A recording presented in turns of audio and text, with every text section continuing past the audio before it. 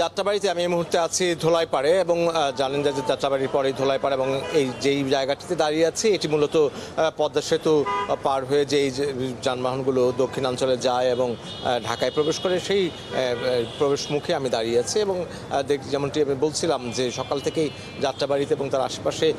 যেই পরিমাণ যানবাহন সচরাচর থাকা এবং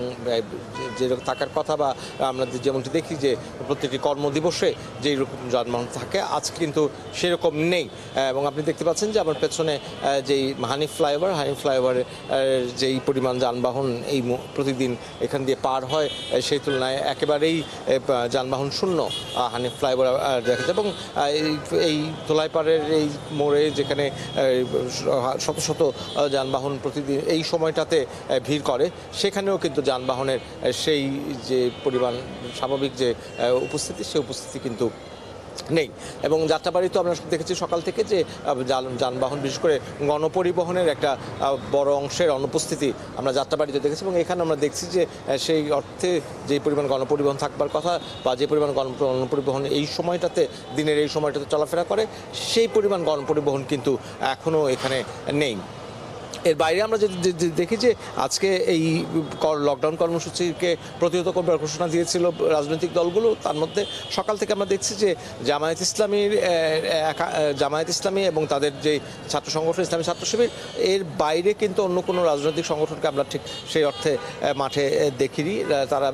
আমরা এখানে দেখছি যে ইসলামী ছাত্র শিবিরের একটি একাংশ তারা ধোলাইপাড়ের মোড়ে অবস্থান নিয়েছেন এবং তারা নানা রকম স্লোগান দিচ্ছেন এবং তারা যারা লকডাউন দিয়েছেন যারা আগুন সন্ত্রাস করছেন যারা নানা রকম সন্ত্রাসী কর্মকাণ্ড করছেন তাদের প্রতিহত করবার কথা বলছেন এবং আমরা যাত্রাবাড়িতেও এরকম মিছিল দেখেছি কিন্তু এর বাইরে আমরা অন্য কোনো রাজনৈতিক দলকে কিন্তু দেখিনি এবং আইনশৃঙ্খলাকারী বাহিনী সতর্ক অবস্থানে আছেন। তারা বিশেষ করে মোটরসাইকেল যারা আরোহী যারা আছেন তাদেরকে নানাভাবে তারা তল্লাশি করার চেষ্টা করছেন এবং যে কোনো সন্দেহ হলেই তারা সেটিকে তারা থামিয়ে তাদের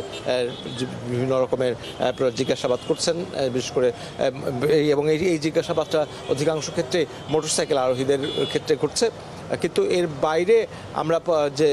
যেই তল্লাশি বা স্বাভাবিক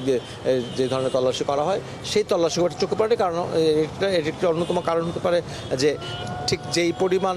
মানুষ রাস্তায় চলবার কথা সেই পরিমাণ মানুষ বা সেই পরিমাণ জনসমাগম কিন্তু নেই। ফলে এখনো পর্যন্ত সকাল থেকে কোনো নাশকতার খবরও আমরা পাইনি।